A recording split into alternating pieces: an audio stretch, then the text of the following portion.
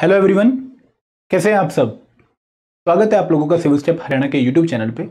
आज के इस वीडियो लेक्चर में हम डिस्कस करने वाले हैं एक बहुत ही इंपॉर्टेंट थिंग।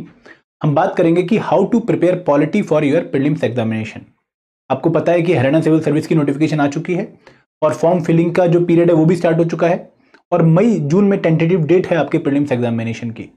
तो अगर आप काफ़ी अच्छे से तैयारी शुरू कर चुके हैं तो आपके लिए बहुत ही अच्छा है। अगर आपने अभी तक तैयारी नहीं शुरू करी है और आप डाउट में हैं कि आपको जो मेजर सब्जेक्ट्स हैं वो कैसे प्रिपेयर करने हैं, तो ये वीडियो आपके लिए काफ़ी यूजफुल होने वाली है। सिविल स्टेप हरियाणा आपके लिए लाया है हर एक सब्जेक्ट की स्ट्रेटेजी कि आप किस तरीके से हर एक सब्जेक्ट को, भले ही वो हिस्ट्री हो, भले ही वो पॉलिटी हो, भले ही वो इकोनॉमिक्स हो, भले ही वो ज्योग्राफी एंड एनवायरमेंट हो, उसको आपको कैसे प्रिपेयर करना है। तो इसी सीरीज के आज के इस पड़ाव में हम बात करेंगे कि how to prepare polity for your prelims examination. एक बहुत ही इंपॉर्टेंट कंपोनेंट है। लगभग 15 से 20 क्वेश्चन हरियाणा सिविल सर्विस के प्रीलिम्स एग्जामिनेशन में पॉलिटी से आते हैं और ये जो पॉलिटी वाला सेक्शन है, अगर आप देखेंगे तो ज़्यादा डिफिकल्ट क्वेश्चन नहीं आते, बहुत ही सिंपल बट फैक्चुअल क्वेश्चन आते हैं। तो यहाँ पर आपको जो तैयारी करनी है वो कुछ इस तरीके से करनी है कि हल्की सी आपकी कंसेप्ट बिल्डिंग हो चुकी हो और उसके साथ साथ आपको जो इंपॉर्टेंट प्रोविजंस हैं, इंपॉर्टेंट आर्टिकल्स हैं, वो आपको पता हो। आपको थोड़ा सा जो याद करने वाला पोर्शन है वो आपको थोड़ा ध्यान से करना पड़ेगा, क्योंकि यहाँ पर अगर हम पैटर्न देखें तो कई बार ऐसे क्वेश्चन आए जो बिल्कुल फैक्चुअल हैं। वहाँ पर आपको एग्जैक्ट डाटा पता होना चाहिए या एग्जैक्ट अमेंडमेंट पता होनी चाहिए, एग्जैक्ट आर्टिकल पता होना चाहिए, तभी आप वो क्वेश्चन अटेम्प्ट कर पाएंगे। जैसे अगर हम 2014 के पेपर की बात करें तो वहाँ पर पूछा गया था कि जो फंडामेंटल ड्यूटीज हैं हमारे कॉन्स्टिट्यूशन में, ये कौन सी अमेंडमेंट के थ्रू ऐड करी गई थी। थोड़ा सा टफ क्वेश्चन था बट ईजी है अगर आपने पढ़ रखा है तो। सिमिलरली अगर हम 2019 के प्रीलिम्स पेपर की बात करें हरियाणा सिविल सर्विस के, तो वहां पर एक क्वेश्चन पूछा गया था जो सबसे डिफिकल्ट माना गया था कि गवर्नर के रिगार्डिंग आपको डिफरेंट आर्टिकल्स दे रखे थे। आर्टिकल 153, 154, 155, 156 दे रखा था और आपको मैच करना था कि उनमें प्रोविजन क्या है। तो वहां पर आपको बहुत ही स्पेसिफिक नॉलेज चाहिए होती है। तो इसी वीडियो में हमारा जो फोकस एरिया रहेगा कि हम सिलेबस के हिसाब से और प्रीवियस ईयर क्वेश्चंस की एनालिसिस के हिसाब से हम आपको समझा पाए कि आपको पॉलिटी को किस तरीके से प्रिपेयर करना है, आपकी स्ट्रेटेजी क्या होनी चाहिए, आप किस डायरेक्शन में, किस प्लान्ड तरीके से तैयारी करें ताकि आप इस सब्जेक्ट में काफी अच्छा परफॉर्म कर पाए। ठीक है, तो हमारी जो फोकस एरिया है वो सबसे पहले तो सिलेबस रहेगी, क्योंकि अभी हरियाणा सिविल सर्विस ने अपने अमेंडेड रूल्स में जो चेंजेस किए थे उसके बाद सिलेबस को भी थोड़ा चेंज किया गया है और हमारे साथ नया सिलेबस शेयर भी किया है एचसीएस ने अपनी वेबसाइट पर। तो उस सिलेबस को अगर हम देखेंगे तो उसके बाद हमें आइडिया लगेगा कि उन्होंने कौन कौन से माइक्रो टॉपिक्स बोले हैं इंडियन पॉलिटी में।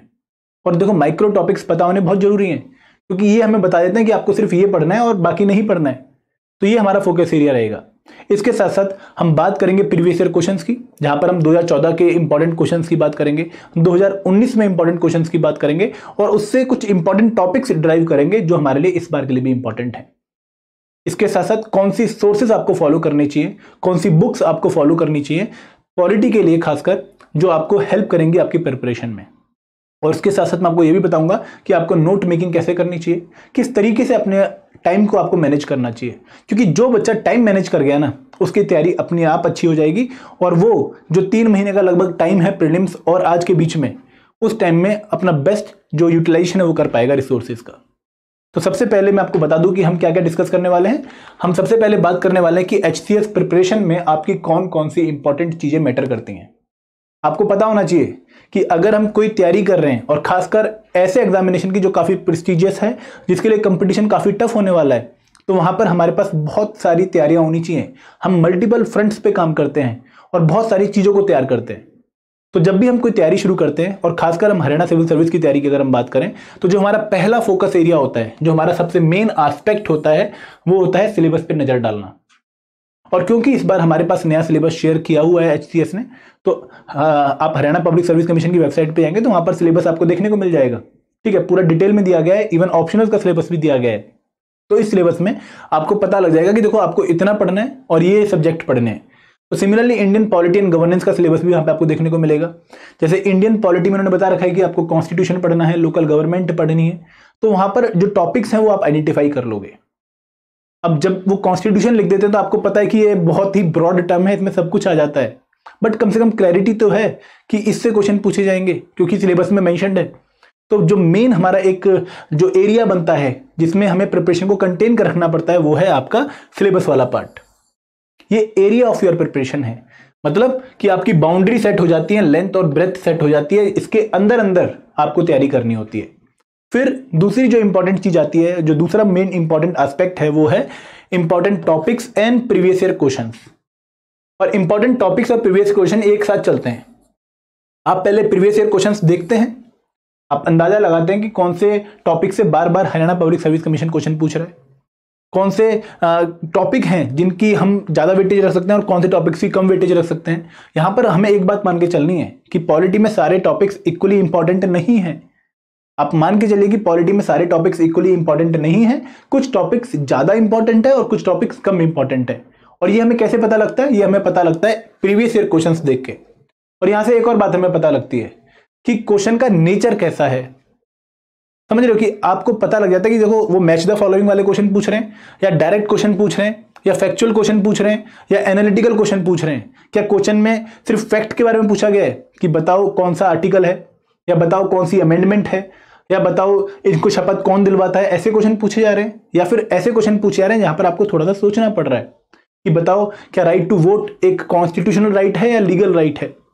तो हरियाणा सिविल सर्विस में जो क्वेश्चन पूछे जा रहे हैं वो ज्यादातर डायरेक्ट क्वेश्चन पूछे जा रहे हैं, वहां पर analytical question, thinking based question थोड़े कम ही आ रहे हैं। तो आपको एक बेनिफिट है कि अगर आपने बुक्स पढ़ ली हैं अच्छे से, तो हरियाणा सिविल सर्विस के पेपर में आपको दिक्कत नहीं होने वाली है, क्योंकि वहां पर जो क्वेश्चन है वो डायरेक्ट ही पूछे जा रहे हैं, वहां पर आपको ज्यादा थिंकिंग की आपको जरूरत नहीं पड़ेगी। ठीक है, तो प्रीवियस ईयर क्वेश्चन से हमें डेप्थ ऑफ द पेपर पता लगती है। यहां पर हमारा एरिया सेट हो गया और यहां पर हमारी डेप्थ सेट हो जाएगी कि हमें कितनी डायमेंशंस कवर करनी है किस टॉपिक में, और कितनी डीप में जाना है, कितनी गहराई में हमें उतरना है उस टॉपिक पे। कि अगर मान लो आप पार्लियामेंट्री फॉर्म ऑफ गवर्नमेंट पढ़ रहे हो, या फिर आप प्रेसिडेंट का टॉपिक पढ़ रहे हो, तो कितना डीप में आपको पता होना चाहिए, कौन कौन सी बातों को आपको इंपॉर्टेंट नोट करना है। फॉर एग्जाम्पल, अगर आप गवर्नर का टॉपिक पढ़ रहे हो तो आपके दिमाग में 2019 का क्वेश्चन घूमना चाहिए। आपको पता होना चाहिए कि देखो इसमें आर्टिकल्स इंपॉर्टेंट हैं, तो भले ही अगली बार गवर्नर के आर्टिकल ना पूछे तो आपको प्रेसिडेंट के आर्टिकल पूछ ले, तो आपने प्रेसिडेंट टॉपिक भी इस तरीके से कवर करना है कि उसके सारे आर्टिकल्स आपको पता हों। क्लियर है? तो ये दो चीजें, और इसके बाद आप ड्राइव करते हैं इंपॉर्टेंट टॉपिक्स। ये सिलेबस और प्रीवियस ईयर क्वेश्चंस की एनालिसिस के बाद आप ड्राइव करते हैं, और इसमें आपका जो करंट अफेयर है वो भी आपका काफी हेल्प करता है। जैसे अगर हरियाणा में अभी नो कॉन्फिडेंस मोशन काफी न्यूज में है, तो ये टॉपिक इंपॉर्टेंट है। और नो कॉन्फिडेंस मोशन किस टॉपिक का पार्ट बनता है? लेजिस्लेचर्स इन इंडिया का पार्ट बनता है, स्टेट लेजिस्लेटिव असेंबली का पार्ट बनता है। तो यहां पर करंट अफेयर्स के साथ साथ सिलेबस और प्रीवियस ईयर क्वेश्चंस को देख के आप एक भूमिका बना लेते हैं, आप एक जांच कर लेते हैं कि देखो ये टॉपिक ज्यादा इंपॉर्टेंट है, इनको मुझे अच्छे से प्रिपेयर करना है। और कुछ टॉपिक ऐसे हैं, यूनिवर्सल हैं, जो हमेशा ही इंपॉर्टेंट रहते हैं। भले ही पे करंट अफेयर कोई भी चल रहा हो, भले ही पुराने पेपर कैसे भी डायरेक्शन दे रहे हो, लेकिन कुछ टॉपिक्स हमेशा ही इंपॉर्टेंट है। फॉर एग्जाम्पल, प्रेम्बल के ऊपर क्वेश्चन कभी भी आ सकता है, या फिर fundamental rights, directive principle of state policy, fundamental duties, ये ऐसी ट्रायोलॉजी है, ऐसी 3 कॉम्बिनेशन है जिनके ऊपर क्वेश्चन पूछा ही जाना है। आप 11 का पेपर उठा लीजिए, आप 14 का पेपर उठा लीजिए, आप 19 का पेपर उठा लीजिए, तीनों बार लगभग 2 से 3 क्वेश्चन इस पूरे टॉपिक से पूछे जाते हैं। तो इन टॉपिक्स को तो आपको अच्छे से पढ़ना ही पढ़ना है, लेकिन प्रीवियस ईयर क्वेश्चन आपको बता देंगे कि इस टॉपिक को जब आप पढ़ रहे हैं तो आपको कितना डीप में और कौन कौन से एस्पेक्ट को कवर करके पढ़ना है। उसके बाद बात आती है मेकिंग नोट्स की, कि क्या आपको नोट्स बनाने चाहिए। तो मेरी सलाह यह है कि देखो, हरियाणा का पेपर जो होता है वो फैक्चुअल है, यहां पर डायरेक्ट क्वेश्चन पूछे जा रहे हैं, तो एक छोटी डायरी बना लीजिए। जैसे आपने पहले पेज पे अगर आपने मान लो इंपॉर्टेंट एक्ट पढ़ने शुरू किए, इंपॉर्टेंट एक्ट में आपने लिख लिया रेगुलेटिंग एक्ट ऑफ 1773, उसके 2 जो इंपॉर्टेंट प्रोविजन आपको लग रहे हैं कि आप भूल जाओगे और आपको याद रखने चाहिए, वो 2 पॉइंट लिख लिए। सिमिलरली आप अगले पेज पे गए, वहां पर आपने पढ़ा शेड्यूल ऑफ इंडियन कॉन्स्टिट्यूशन, तो सारे शेड्यूल लिख लीजिए 1 से लेकर 12 तक, और उनके आगे वो किस चीज के रिलेटेड है वो भी आप लिख लीजिए। क्योंकि जब आप पेपर से पहले एक बार रिवाइज कर रहे होंगे तो वो छोटी डायरी आपकी काम आएगी। जब हम बात करते हैं कि पेपर कंसेप्चुअल आ रहा है, अंडरस्टैंडिंग वाला आ रहा है, तो वहां पर आपको दोबारा बुक पढ़ने की सलाह दी जाती है कि जब आप रिवीजन कर रहे हैं तो एक बार दोबारा बुक देखिए, क्या पता कोई इंपॉर्टेंट चीज आपने मिस ना कर दी हो, कोई कंसेप्ट आपका वीक ना रह गया हो।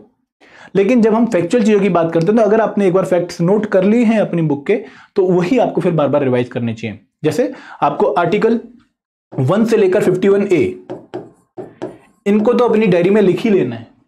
और लिखने का फायदा क्या है कि लिखने से आपकी जो याददाश्त है वो और बढ़ जाती है, आपकी जो मेमोरी है उसमें और शार्पनेस आ जाती है कि अब आपको चीज पक्के से पता लग जाती है। इसके साथ साथ जो इंपॉर्टेंट आर्टिकल है, फॉर एग्जांपल आर्टिकल 51A जैसे 53 से लेकर 75, उसके बाद 148, 123, 131, ये जो इंपॉर्टेंट आर्टिकल्स हैं ये आपने लिखे होने चाहिए। और वो आर्टिकल्स जो कि करंट अफेयर के किसी टॉपिक से रिलेट करते हैं वो तो आपने पक्का ही लिखने हैं। अगर मान लो आपने 15th फाइनेंस कमीशन की न्यूज़ पढ़ी, क्योंकि फाइनेंस कमीशन जो 15 था एनके सिंह की कमेटी में बना था, उसने अभी अपनी रिपोर्ट सबमिट करी है प्रेसिडेंट ऑफ इंडिया को, तो आपने वो आर्टिकल पक्का लिखना है जो फाइनेंस कमीशन से रिलेटेड है, article 280 of Indian constitution. Similarly अगर आपने इलेक्शन कमीशन ऑफ इंडिया पढ़ा है तो आपको आर्टिकल 324 अपनी डायरी में लिखना ही लिखना है। अगर आपने प्रेसिडेंट रूल पढ़ा है तो आपको आर्टिकल 356 अपनी डायरी में लिखना ही लिखना है। तो यही आप एंड में रिवाइज करके जाओगे और एकदम याददाश्त अगर ताजा रहेगी तो पेपर में इफेक्ट भी अच्छा मिलेगा। तो नोट्स आपने कैसे बनाने, यहाँ पर नोट्स आपको बहुत मोटे मोटे नहीं बनाने, सिर्फ फैक्चुअल बातें आपको लिखनी है नोट्स में, क्योंकि अगर आपने एक बार बुक पढ़ ली तो कंसेप्ट तो आपका वैसे भी चलता है अच्छा। क्योंकि पॉलिटी में आपको फैक्ट ज़्यादा याद रखने पड़ते हैं। हरियाणा सिविल सर्विस के अगर हम रिलेशन में बात करें कि जैसे राष्ट्रपति को शपथ कौन दिलवाता है, उपराष्ट्रपति वाइस प्रेसिडेंट को शपथ कौन दिलवाता है, या फिर प्राइम मिनिस्टर अपना रेजिग्नेशन किसको सौंपता है। तो इस तरह के जो फैक्ट हैं वो आप अपनी डायरी में पक्का लिखेंगे। तो नोट्स ज़्यादा बड़े नहीं बनाने, बहुत छोटे कंपैक्ट क्रिस्प नोट्स बनाने जहां आप रिवाइज कर सको बाद में। उसके बाद आती है बात टाइम मैनेजमेंट की। और टाइम मैनेजमेंट आपको पता है कि ऑलरेडी आपके पास टाइम कितना है, लगभग 3 महीने का टाइम है। अगर हम मई जून के एंड में पेपर की बात कर रहे हैं, जनरली हम जून का फर्स्ट या सेकंड वीक काउंट करते हैं, तो अगर हम 3 महीने का टाइम ले रहे हैं, 3 मंथ का टाइम ले रहे हैं, तो आपके पास लगभग 10 से 15 दिन है पॉलिटी सब्जेक्ट के लिए, क्योंकि आपने हिस्ट्री भी पढ़नी है, आपने इकोनॉमिक्स भी पढ़नी है, आपने हरियाणा जीके भी पढ़नी है और आपने बाकी सब्जेक्ट्स भी कवर करने हैं। तो 10 से 15 दिन पॉलिटी के लिए ज़्यादा हैं, मैं मानता हूँ ज़्यादा है, कम नहीं है। आपको अगर लग रहा है कम है तो आप थोड़ा गलत सोच रहे हैं, क्योंकि फिर आपने एनालिसिस नहीं कर रखी। अभी हम आगे देखेंगे कि किस तरीके का सिलेबस है, किस तरीके का PYQ पूछे जा रहे हैं, तो आपको थोड़ा आसान फील होगा, काफ़ी अच्छा फील होगा, क्योंकि 10 से 15 दिन आप पॉलिटी कवर कर सकते हैं। मेरा बहुत स्ट्रांगली ये मानना है। अगर आप डाउन हैं तो डाउन मत होइए, क्योंकि 10 से 15 दिन मोर देन इनफ हैं आप अगर अच्छे से डायरेक्शन से तैयारी कर लें। तो अगर आप डेली 6 घंटे 10 से 15 दिन लगातार पॉलिटी को लगा लेते हैं, आपके लगभग 15 से 20 चैप्टर जो बहुत इंपॉर्टेंट हैं पहले उनको कवर करिए पहले हफ्ते में, और उसके बाद जो लेस इंपॉर्टेंट टॉपिक्स हैं उनको बाद में कवर करिए। 10 से 15 दिन 2 हफ्ते आपके आराम से पॉलिटी कवर करवा देंगे अगर आप 6 घंटे डेली लगा रहे हैं।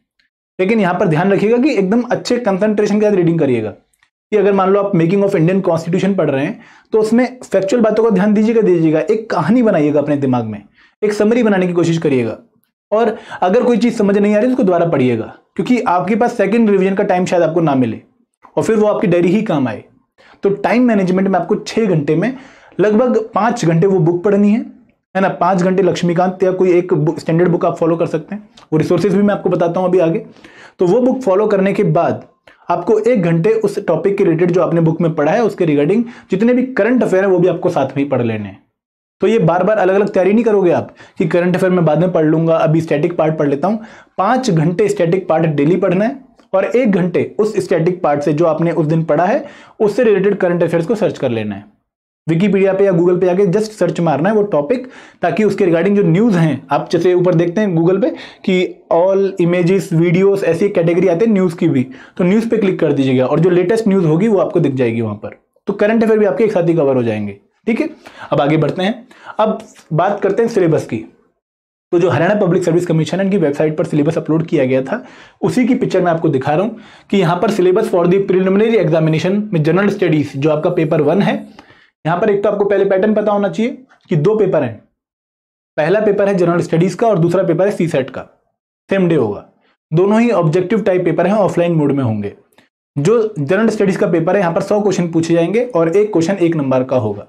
जो सीसेट का पेपर है वहां पर भी आपसे इतने क्वेश्चन पूछे जाएंगे और वहां पर भी 1 नंबर का 1 क्वेश्चन होगा। लेकिन जो सेकंड पेपर है वो क्वालिफाइंग नेचर का है, वहां पर आपको मेरिट नहीं लेनी है, वहां पर सिर्फ 33% आपको मार्क्स स्कोर करने, और जो नेगेटिव मार्किंग है दोनों ही पेपर में 1/4 है, 0.25। ठीक है, तो जनरल स्टडीज का जो सिलेबस दिया गया है यह है general science, current events of national and international event importance, मतलब कि current affairs, history of Indian national movement और Indian and world geography, Indian culture, Indian polity. अब यहां पर हमारा एरिया आता है कि इंडियन पॉलिटी वहां पे उन्होंने मेंशन कर रखा है, तो इसलिए हमारा ये सब्जेक्ट इंपॉर्टेंट है।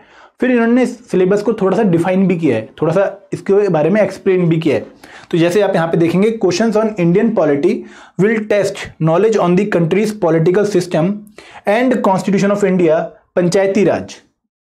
तो ये 3 वर्ड इन्होंने दिए हैं कि एक तो आपको कंट्री का पॉलिटिकल सिस्टम पता होना चाहिए, मैं आपको ये तीनों वर्ड लिख देता हूं, पॉलिटिकल सिस्टम। दूसरा वर्ड जो दिया है वो है कॉन्स्टिट्यूशन, और जो तीसरा वर्ड दिया है वो इन्होंने दिया है पंचायती राज। तो पॉलिटिकल सिस्टम की जब हम बात करते हैं तो हमें पता होना चाहिए कि इंडिया में किस तरीके का पॉलिटिकल सिस्टम है, कि पार्लियामेंट्री फॉर्म ऑफ गवर्नमेंट है, ठीक है। पार्लियामेंट्री सॉवरेनिटी को बैलेंस किया गया है जुडिशियल सुप्रीमेसी के साथ। इसके साथ साथ फेडरल नेचर हमें देखने को मिलता है despite being a unitary constitution. तो ये सारे फीचर्स आपको क्लियर होने चाहिए, और यहां पर जो इंपॉर्टेंट फीचर्स हैं इंडियन कॉन्स्टिट्यूशन के, वही आपके हेल्प करेंगे इंडियन पॉलिटिकल सिस्टम को समझने में भी। फिर जो सेकंड टॉपिक है कॉन्स्टिट्यूशन, एक बहुत बड़ा टॉपिक है, लेकिन आप इसे आराम से मैनेज कर सकते हैं। इसमें आप आर्टिकल वाइज चलिए या फिर आप पार्ट वाइज चलिए। जैसे आपने सबसे पहले पढ़ लिया कि Indian union and it's territory, जहां पर आपको पता लग गई कौन सा स्टेट कब बना था, ये पूरी डायरेक्शन आपको मिल गई। फिर citizenship related matter article 5 to 11, फिर fundamental rights article 12 to article 35, फिर directive principle of state policy article 36 to article 51। उसके बाद आपने फंडामेंटल ड्यूटीज पढ़ी आर्टिकल 51A। तो ये सबसे इंपॉर्टेंट पोर्शन आपने पहले कवर करना है। उसके बाद पढ़ना है एग्जीक्यूटिव वाला पार्ट या सेंटर वाला पार्ट, जो कि part 5 of the Indian constitution है। फिर आपने स्टेट वाला पार्ट 6 पढ़ना है। फिर union public service commission, election commission of India, CAG, state public service commission, जो कॉन्स्टिट्यूशनल बॉडीज हैं वो आपने कवर करनी है। तो ये कॉन्स्टिट्यूशन वाला पार्ट है, ठीक है।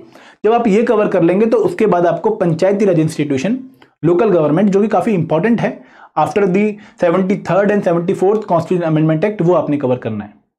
तो यहां पर जो आपका फोकस एरिया रहेगा वो इंपॉर्टेंट प्रोविजन आपने पढ़ने हैं जो 73rd अमेंडमेंट में दिए गए थे, कि जैसे कि 3 टायर पंचायती राज इंस्टीट्यूशंस होंगे, स्टेट इलेक्शन कमीशन बनाया जाएगा, स्टेट फाइनेंस कमीशन बनाया जाएगा, SC STs के लिए रिजर्वेशन होगी, वुमेन के लिए रिजर्वेशन होगी 1/3। तो ये सारे प्रोविजन आपको क्लियर कट होने चाहिए, डिफिकल्ट नहीं है, सिर्फ एक बार पढ़ने हैं, एक बार गो थ्रू होना है उनसे। तो सिलेबस से आपको डायरेक्शन मिल गई कि आपके 3 इंपॉर्टेंट एरिया हैं जहां पर आपको अपनी तैयारी को कंटेन रखना है, इसके इधर उधर नहीं जाना, इसी डोमेन में आपको रहना है, ठीक है। उसके बाद इंपॉर्टेंट टॉपिक्स, तो यहां पर मैंने आपको बताया था कि अगर हम प्रीवियस ईयर क्वेश्चंस की एनालिसिस करें तो हम कुछ क्वेश्चंस या कुछ टॉपिक्स आइडेंटिफाई कर सकते हैं जो इंपॉर्टेंट हैं। जरूरी नहीं कि आपको सारी पॉलिटी के सारे टॉपिक इक्वली तरीके से पढ़ने, इक्वली उनको टाइम देना है, इक्वल वेटेज उनको देनी है, नहीं। आपको प्रीवियस ईयर क्वेश्चंस के हिसाब से देखना है कि कौन सा टॉपिक ज्यादा इंपॉर्टेंट है और कौन सा टॉपिक कम इंपॉर्टेंट है। अगर 2014 का पेपर देखें तो यहां पर जैसे मैं आपको पहले बोल भी रहा था कि fundamental rights, directive principle of state policy and fundamental duties, ये तीनों की जो ट्रायोलॉजी है, एक तीनों की जो कॉम्बिनेशन है, इससे 3 क्वेश्चन पूछे गए थे। तो ये टॉपिक हमेशा से ही इंपॉर्टेंट रहा है। इस टॉपिक में आपको फंडामेंटल राइट्स की जो फीचर्स हैं, सिग्निफिकेंस हैं, इंपॉर्टेंट आर्टिकल्स और उनकी कैटेगरीज, जैसे कि राइट टू इक्वालिटी में कौन से आर्टिकल्स आते हैं, आर्टिकल 14 टू आर्टिकल 18। फिर राइट टू फ्रीडम में कौन कौन से आर्टिकल आते हैं, आर्टिकल 19 टू आर्टिकल 22। फिर राइट अगेंस्ट एक्सप्लॉइटेशन में कौन से आर्टिकल आते हैं, आर्टिकल 23 एंड आर्टिकल 24। फिर right to freedom of religion में कौन कौन से आर्टिकल आते हैं, आर्टिकल 25 टू आर्टिकल 28। फिर कल्चरल एंड एजुकेशनल राइट्स में कौन से आर्टिकल आते हैं, आर्टिकल 29 एंड 30। एंड जो आर्टिकल 32 है वो भी आपको पता होना चाहिए। सिमिलरली डीपीएसपीज में आपको पता होना चाहिए कि सोशियोलॉजिकल डीएसपी क्या है, सोशियोलॉजिकल डीपीएसपीज क्या है, गांधीयन डीपीएसपीज क्या है, मॉडर्न इंटेलेक्चुअल डीपीएसपीज क्या है, कि कौन सा इंपॉर्टेंट आर्टिकल है, जैसे यूनिफॉर्म सिविल कोड की अगर बात करें या फिर पंचायती राज इंस्टीट्यूशंस की बात करें, तो ये आपको थोड़ा आइडिया होना चाहिए। तो यहां से 3 क्वेश्चन पूछे गए थे, ये टॉपिक इंपॉर्टेंट है। सिमिलरली एक क्वेश्चन जुडिशरी से भी पूछा गया था, थोड़ा टफ क्वेश्चन था क्योंकि यहां पर हाई कोर्ट के रिगार्डिंग कॉन्स्टिट्यूशन के आर्टिकल्स और पार्ट पूछा हुआ था। तो ये टॉपिक मैं आपको बार बार इसलिए कह रहा हूं कि फैक्चुअल बातें आपको ध्यान में रखनी है। अगर मान लो आपने करंट अफेयर में हाई कोर्ट्स देखी तो हाई कोर्ट का जो कॉन्स्टिट्यूशन प्रोविजन है वो आपको अच्छे से पता होना चाहिए कि कॉन्स्टिट्यूशन में कौन से पार्ट में, कौन से चैप्टर में हाई कोर्ट का जिक्र आता है, ठीक है। सिमिलरली लेजिस्लेचर से क्वेश्चन पूछा गया था। ये टॉपिक, इस टॉपिक के बाद सेकंड मोस्ट इंपॉर्टेंट टॉपिक है हरियाणा सिविल सर्विस के लिए, कि आपको इंडियन पार्लियामेंट या स्टेट लेजिस्लेटिव असेंबली के बारे में तो सारी बातें पता ही होनी चाहिए, और इस पे आपको लगभग पूरा 1 दिन या 1.5 दिन देना ही पड़ेगा, ठीक है। पॉलिटिकल थ्योरी से 5 क्वेश्चन पूछे गए, और 2019 के पेपर में अगर आप देखेंगे तो पॉलिटिकल थ्योरी से एक भी क्वेश्चन नहीं पूछा गया। तो यहां पर आपको थोड़ा सा दोनों पेपर से मिलकर एनालिसिस करनी पड़ेगी कि आपको पॉलिटिकल थ्योरीज को हल्का सा ध्यान में रखना पड़ेगा। बट क्योंकि सिलेबस में हमने पॉलिटिकल थ्योरीज इस बार नहीं देखी है, तो शायद ये टॉपिक हमारे लिए अब इतना इंपॉर्टेंट नहीं है। क्योंकि अगर हरियाणा पब्लिक सर्विस कमीशन इस टॉपिक से क्वेश्चन पूछ रहा होता या पूछने वाला होगा तो वो सिलेबस में इसको मेंशन करता, लेकिन सिलेबस में इसका मेंशन नहीं है इस बार। फिर लोकल गवर्नमेंट से क्वेश्चन पूछा गया, तो लोकल गवर्नमेंट हमारे लिए इंपॉर्टेंट है क्योंकि यहाँ पर सिलेबस में हमें पंचायती राज इंस्टीट्यूशंस अलग से देखने को मिलता है। अगर हम 2019 की बात करें तो यहाँ पर मल्टीपल टॉपिक्स यहाँ पर आपको नए देखने को मिलेंगे। एक क्वेश्चन आपका ब्रिटिश एक्ट से आया, जो कि कॉन्स्टिट्यूशन का हिस्टोरिकल अंडरपिनिंग वाला पार्ट है कि जब हम कॉन्स्टिट्यूशन पढ़ते हैं तो सबसे पहले हम उसकी इवोल्यूशन की बात करते हैं कि कैसे वो इवॉल्व हुआ, कौन कौन से पीछे के एरियाज थे जिन्होंने कॉन्स्टिट्यूशन को बनने में हेल्प करी। तो यहाँ पर हम ब्रिटिश टाइम में जो एक्ट आए हुए थे उनको पढ़ने की कोशिश करते हैं। उसके बाद सेकंड जो इंपॉर्टेंट एरिया होता है वो है एग्जीक्यूटिव। यहां से एक क्वेश्चन पूछा गया रिगार्डिंग द गवर्नर, जो कि टफ क्वेश्चन था उस बार कि आपको आर्टिकल दे रखे थे और वो आपको मैच करने थे उनकी प्रोविजन के साथ, और इसमें आपको बहुत ही स्ट्रॉन्ग स्पेसिफिक नॉलेज होनी चाहिए थी। फिर जुडिशरी से एक क्वेश्चन पूछा गया, लेजिस्लेचर से एक क्वेश्चन पूछा गया, राइट्स ड्यूटीज एंड डीपीएसपी से एक क्वेश्चन पूछा गया, कॉन्स्टिट्यूशनल बॉडी से एक क्वेश्चन पूछा गया और सेंटर स्टेट रिलेशन से 2 क्वेश्चन पूछे गए। और यहां पर भी जो एक क्वेश्चन था वो फैक्चुअल था कि इनमें से कौन सा कंकरेंट लिस्ट में नहीं आता है। तो ये क्वेश्चन आपको आइडिया दे रहे थे कि ये इंपॉर्टेंट टॉपिक हैं। जैसे 14 से हमने कोई टॉपिक निकाले और 19 से हमने कुछ टॉपिक निकाले। तो यहां से जैसे कॉमन टॉपिक हमें देखने को मिला लेजिस्लेचर, कॉमन टॉपिक हमें देखने को मिला राइट्स ड्यूटीज एंड डीपीएसपी।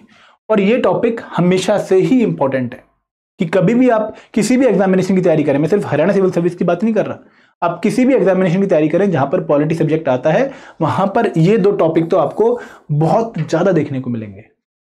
ठीक है, अब इनकी एनालिसिस के बाद हम कुछ इंपॉर्टेंट टॉपिक्स में आपको बताता हूं कि जैसे वर्ड्स इन प्रेम्बल, कि जितने भी इंपॉर्टेंट वर्ड हैं प्रेम्बल में, जैसे डेमोक्रेसी, सॉवरेनिटी, उसके साथ साथ सेकुलरिज्म, सोशलिस्टिक और रिपब्लिक, इन वर्ड का मीनिंग आपको पता होना चाहिए। जस्टिस, इक्वालिटी, लिबर्टी, फ्रेटर्निटी, ये वर्ड आपको पता होनी चाहिए। फिर कौन कौन सी इंपॉर्टेंट इंफॉर्मेशन हमें हमारा प्रेम्बल दे रहा है वो बातें आपको पता होनी चाहिए। इसके बाद आपको फीचर्स ऑफ इंडियन कॉन्स्टिट्यूशन के बारे में पता होना चाहिए कि ये लेंथी है, बल्कि है, बहुत सोर्सेस से इसके प्रोविजन लिए गए। फिर आपको वो चार्ट देखना है एक बार कि कौन से सोर्स से हमने कौन सा प्रोविजन लिया था, कि हमने ब्रिटिश कॉन्स्टिट्यूशन से क्या लिया है, हमने अमेरिकन कॉन्स्टिट्यूशन से क्या लिया है, हमने ऑस्ट्रेलियन कॉन्स्टिट्यूशन से क्या लिया है। क्योंकि ये ऐसे एरियाज हैं जहां पर फैक्चुअल क्वेश्चन बहुत आराम से बन सकता है। आपसे पूछ सकते हैं कि हमारे कॉन्स्टिट्यूशन में अगर जुडिशियल रिव्यू का प्रोविजन है तो ये कहां से लिया है हमने, तो वहां पर आपके ऑप्शन दे देंगे American constitution, British constitution, Canadian constitution, Australian constitution. तो वहां पर आपको कंफ्यूज नहीं होना है क्योंकि आप तो तैयारी ही फैक्चुअल क्वेश्चन के लिए करके गए हो। ठीक है, फिर fundamental rights, DPSPs and duties, ये टॉपिक आपको तीनों टॉपिक एंटायरिटी में पढ़ने, मतलब एक साथ कवर करके पढ़ने। और राइट्स में भी आपको डीप में नहीं जाना है, आपको हर एक राइट की बाल की खाल नहीं निकालनी है। आपको सिंपल एक तो आर्टिकल पता होना चाहिए और उस राइट में क्या लैंग्वेज है, क्या एक्सेप्शन है, ये बातें आपको पता होनी चाहिए। और सबसे पहले, उससे भी पहले आपको तीनों की, डीपीएसपीज की, फंडामेंटल ड्यूटीज की और फंडामेंटल राइट्स की जो सिग्निफिकेंस है या फीचर्स हैं वो आपको पता होनी चाहिए। कि जैसे राइट्स जो हैं वो एब्सोल्यूट नहीं होते, क्वालिफाइड होते हैं। Rights are negative in nature. इसके साथ साथ rights are justiciable in nature, कि अगर आपके राइट्स वायलेट होते हैं आप सुप्रीम कोर्ट का दरवाजा खटखटा सकते हैं। तो ये फीचर्स आपको बहुत अच्छे से पता होने चाहिए। फिर एग्जीक्यूटिव एक ऐसा टॉपिक है जो कि हरियाणा सिविल सर्विस में काफी इंपॉर्टेंट रहा है। गवर्नर के ऊपर क्वेश्चन पूछा जा सकता है, प्रेसिडेंट के ऊपर क्वेश्चन पूछा जा सकता है, सीएम या पीएम के ऊपर क्वेश्चन पूछा जा सकता है। तो इनके इलेक्शन कैसे होते हैं या फिर इनके रिगार्डिंग जो इंपॉर्टेंट आर्टिकल्स हैं वो आपको पता होने चाहिए। फिर आता है supreme court and high court. यहाँ पर जुडिशरी के रिगार्डिंग जो भी इंपॉर्टेंट आर्टिकल्स हैं या जो इंपॉर्टेंट प्रोविजंस हैं वो आपको पता होनी चाहिए। सिमिलरली पार्लियामेंट के बारे में आपको इंपॉर्टेंट चीजें पता होनी चाहिए। और एक और इंपॉर्टेंट एरिया जिसके ऊपर फैक्चुअल क्वेश्चन बनने के काफी चांस हैं वो है शेड्यूल्स इन इंडियन कॉन्स्टिट्यूशन। तो शेड्यूल्स में आपको 1 से 12 शेड्यूल के बारे में पता होना चाहिए और इनमें जो एक्सेप्शन है या कब ये ऐड हुए शेड्यूल वो भी आपको पता होना चाहिए। जैसे मैं आपको बता दूं कि हमारे कॉन्स्टिट्यूशन में 1 से लेकर 12 शेड्यूल हैं। ओरिजिनल कॉन्स्टिट्यूशन में सिर्फ 8 शेड्यूल थे। 9th, 10th, 11th and 12th schedule, ये शेड्यूल बाद में ऐड किए गए। 9th शेड्यूल आया है आपका 1951 में through first constitutional amendment. 10th schedule आया है 1985 में through 52nd constitutional amendment. 11th and 12th आए हैं आपके 1992 में through 73rd and 74th constitutional amendment act. ये बातें आपको पता होनी चाहिए क्योंकि इसके ऊपर क्वेश्चन देखो, अगेन फैक्चुअल डायरेक्ट क्वेश्चन आराम से बन सकता है। And final topic but not the least topic, local government.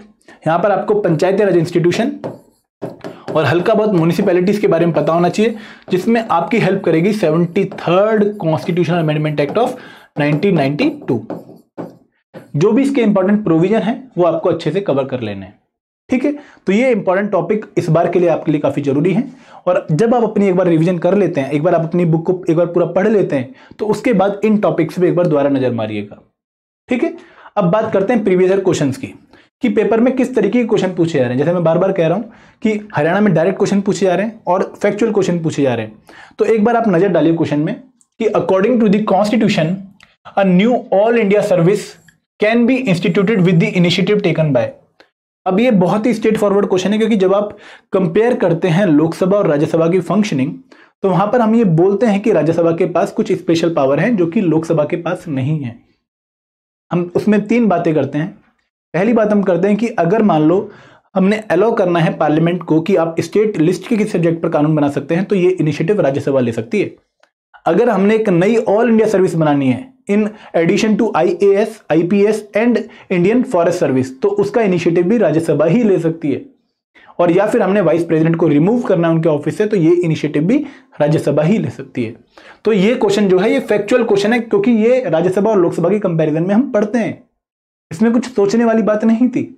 Similarly question देखिए, under which constitution amendment 10 fundamental duties of the citizens were included in the constitution. तो यहां पर डायरेक्ट स्ट्रेट फॉरवर्ड क्वेश्चन है कि आपको अमेंडमेंट बतानी है कि कौन सी अमेंडमेंट के थ्रू हमने ऐड करी थी फंडामेंटल ड्यूटीज हमारे कॉन्स्टिट्यूशन में। तो यहां पर 2-3 बातें आपको फंडामेंटल ड्यूटीज के बारे में मैं हमेशा बताता हूं, और आज भी हल्का सा बता देता हूं कि सोरेन सिंह कमेटी की रिकमेंडेशन पर 42nd अमेंडमेंट एक्ट के थ्रू 1976 में 10 fundamental duty Indira Gandhi government ने हमारे कॉन्स्टिट्यूशन में ऐड करी। इन पार्ट 4A एक नया पार्ट बनाया गया और आर्टिकल 51A एक नया आर्टिकल बनाया गया, और इसके बाद bye 86th constitutional amendment act हमने एक और फंडामेंटल ड्यूटी ऐड करी। तो हमारी टोटल फंडामेंटल ड्यूटी इस टाइम पर कितनी है? 11, ठीक है। एक और क्वेश्चन देखिए, high courts are instituted as constitutional code under part 4, part 6, part 7, part 6, part 8, chapter wise, article wise. तो आपको बहुत डीप स्पेसिफिक फैक्चुअल नॉलेज की आपको पूरा आर्टिकल पता होना चाहिए, चैप्टर पता होना चाहिए, पार्ट पता होना चाहिए। तो इसीलिए मैं आपको कह रहा हूं कि एक डायरी पक्का लगा लीजिएगा, ताकि उस डायरी को आप एंड मोमेंट पे रिवाइज कर पाएं।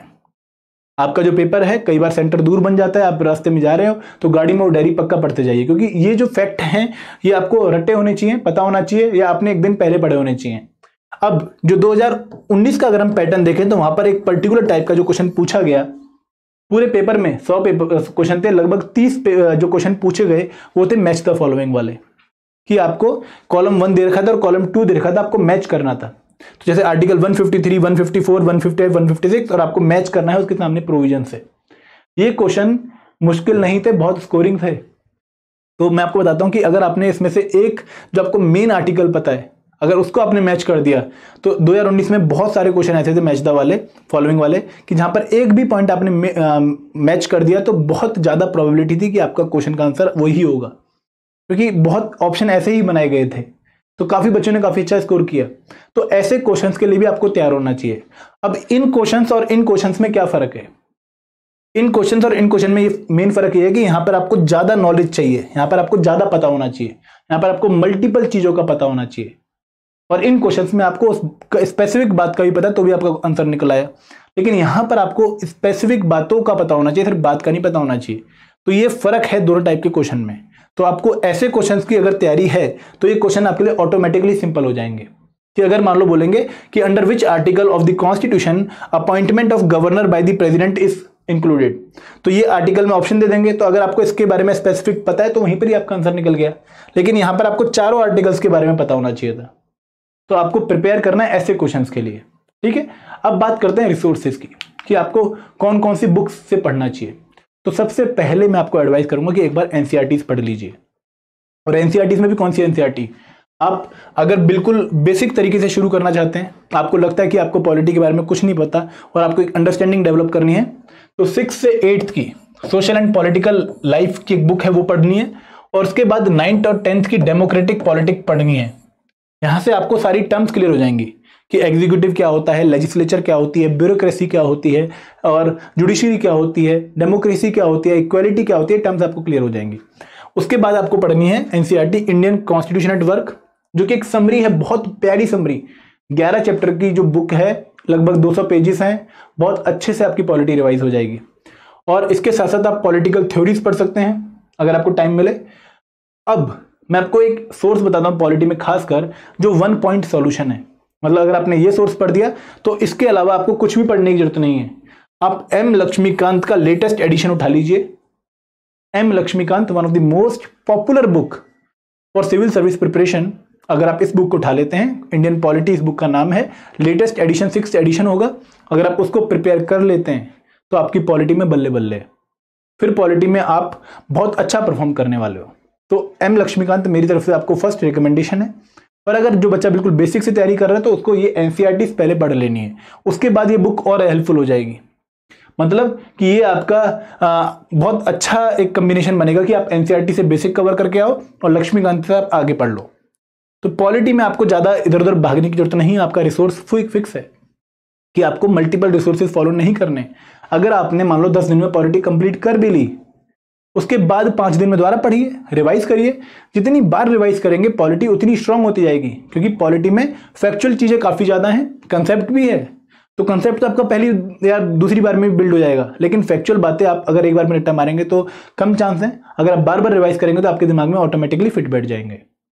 तो मेरी तरफ से आपको यही सलाह है कि आप एम लक्ष्मीकांत को जितनी बार पढ़ सकते हैं पेपर तक उतनी बार पढ़िए, लेकिन बाकी सब्जेक्ट तो भी पैरेलली प्रिपेयर करते रहिएगा, उनको ढीला मत छोड़िएगा। क्योंकि सिलेक्ट वही बच्चा होता है जो सारी चीज़ों को धीरे धीरे थोड़ा थोड़ा कवर करके जाता है। एक सब्जेक्ट में डीप होने का मतलब ये नहीं है, अच्छा प्रिपेयर होने का मतलब ये नहीं है कि आप बहुत अच्छा पेपर में परफॉर्म कर लोगे। ये पूरा एक युद्ध है जहां पर सारे ही अस्त्र शस्त्र आपके स्ट्रांग होने चाहिए। ठीक है, तो ये थी हमारी स्ट्रेटेजी, जहां पर हमने बात करी कि आपको पॉलिटी किस तरीके से प्रिपेयर करनी चाहिए, कौन सा सोर्स फॉलो करना चाहिए, कौन सा इंपॉर्टेंट टॉपिक होना चाहिए, कितने डेज आपको देने चाहिए और आपको नोट्स बनाने कैसे चाहिए। अगर आपको कोई भी डाउट है, कोई भी क्वेरी है तो आप हमें कॉल कर सकते हैं। हमारा नंबर है 8146207241, या आप हमें एक मेल ड्रॉप कर सकते हैं hello@civilstep.com पर। इसके साथ साथ डिस्क्रिप्शन बॉक्स में हमारे कोर्सेज के बारे में भी जानकारी है। उन कोर्सेज को आप उनकी डेमो वीडियोस देख के चूज कर सकते हैं। बहुत ही आकर्षक कोर्सेज हैं और बहुत ही नॉमिनल प्राइस पे आप लोगों को ऑफर किए जा रहे हैं। ठीक है, तो कोई भी डाउट हो, कोई भी क्वेरी हो regarding your examination, you can freely contact us. Thank you very much. जय हिंद, जय भारत।